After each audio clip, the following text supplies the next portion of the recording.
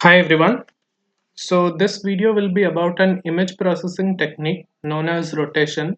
Basically, rotation is a geometric transformation. In this video, we are not going to use any inbuilt function.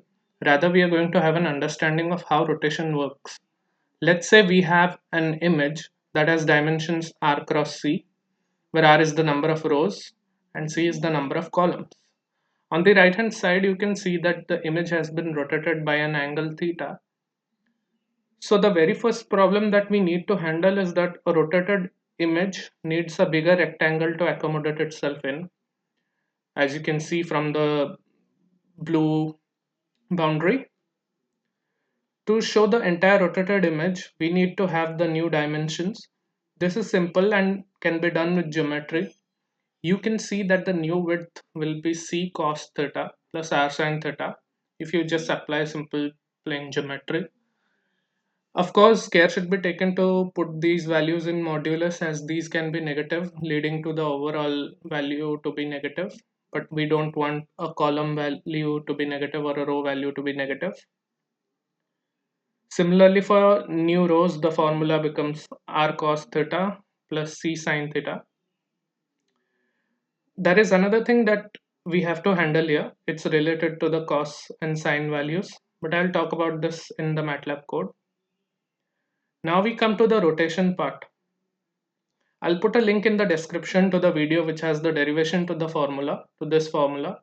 It's pretty simple, but the problem arises while mapping the old coordinates to the new ones. So let's say we have 5 coordinates starting from 1, 0 to 5, 0, and we want to rotate each of these points by an angle of 45 degrees. So what we have done is that we have substituted theta for 45, we have substituted x and y for all these points from 1, 0 to 5, 0, and we have found x dash and y dash. So you can see that x dash and y dash are all decimal values, but in MATLAB or in any programming language, we cannot have decimal values as indices or positions. So we need to convert them to integers, that to positive or non-negative integers. So we can either use rounding or we can use ceil and floor both. So how rounding affects the image and how ceil and floor affect the image, we'll see that in MATLAB code.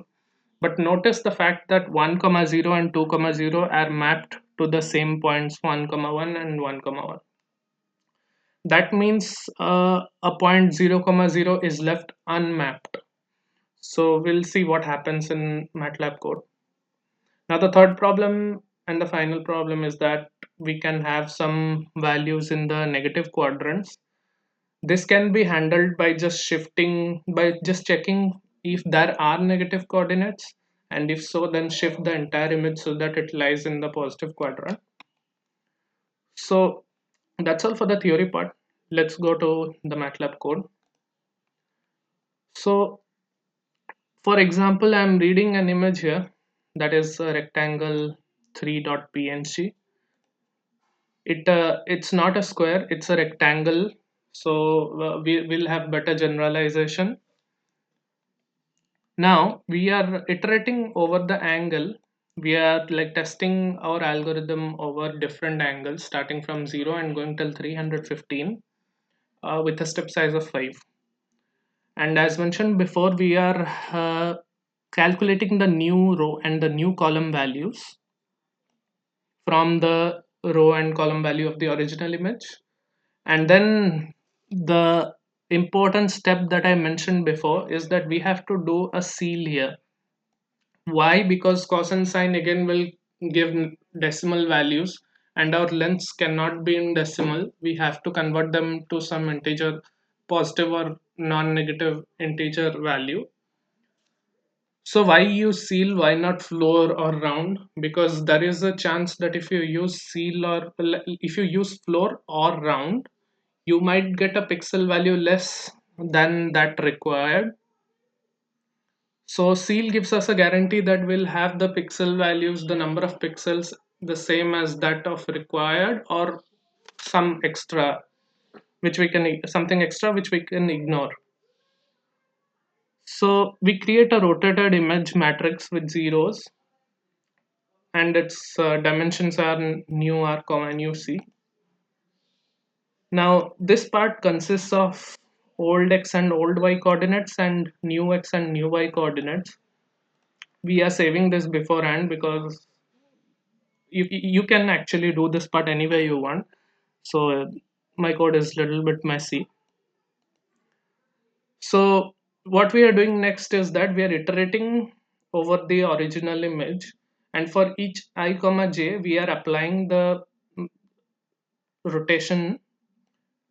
So this rotation is derived from the rotation matrix that we saw in the theory part.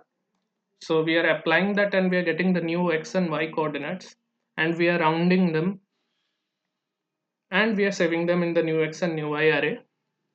So after that we are checking in the step whether or not there is any negative value, any negative coordinate. If so, we are shifting it, and we are doing it with an additional +1 because MATLAB indices start with 1 and not 0. So then we do the final mapping in the rotated image. In the new x and new y coordinate, for each new x and new y coordinate, in that location we copy the pixel value of the original image at the original position. So once that's done, we can just plot it and see. Let me run this. Yes, so you can see that the image is rotating with the angle mentioned on top of it. If you carefully observe the image, you'll see that it has some dotted patterns coming up, and we are going to stop at 315 and we are going to have a look. So if I zoom in further, you'll see that these are some black dots. Now why these are formed? The reason is that so when we are mapping using rounding, as we saw in the theory, 1 comma 0 goes to 1 comma 1, so does 2 comma 0. That means a point 0 comma 0 is left behind. So you can have a similar intuition that some points in this rotated image do not have a corresponding point in the original image, so they are left as it is. These are kind of holes in the image, and there is no point in the original image that maps to those points. So we have such kind of an image. This is the worst case scenario, which occurs at an angle of 45 degrees, or you can say a multiple of it. Now let's move to part B, where we said that we would observe differences with ceil and floor. So what we have tried to do here, that instead of mapping to round, we have mapped it to ceil and floor both. So if I run this section, you can see that there are very less number of holes appearing now, although the worst case scene is still at an angle of 45 degrees or a multiple of it. But anyways, there are less holes. Let's check at 315. Let's zoom. You can see that the density of the holes is very less. So this is an improvement. Now, how to achieve rotation where there are no holes in the image? That is for part 2, and part 1 was to just have a basic understanding of rotation. I will be putting up a part 2 video where I'll explain shearing and inverse mapping. So that's it for rotation. I hope you understood. Thank you.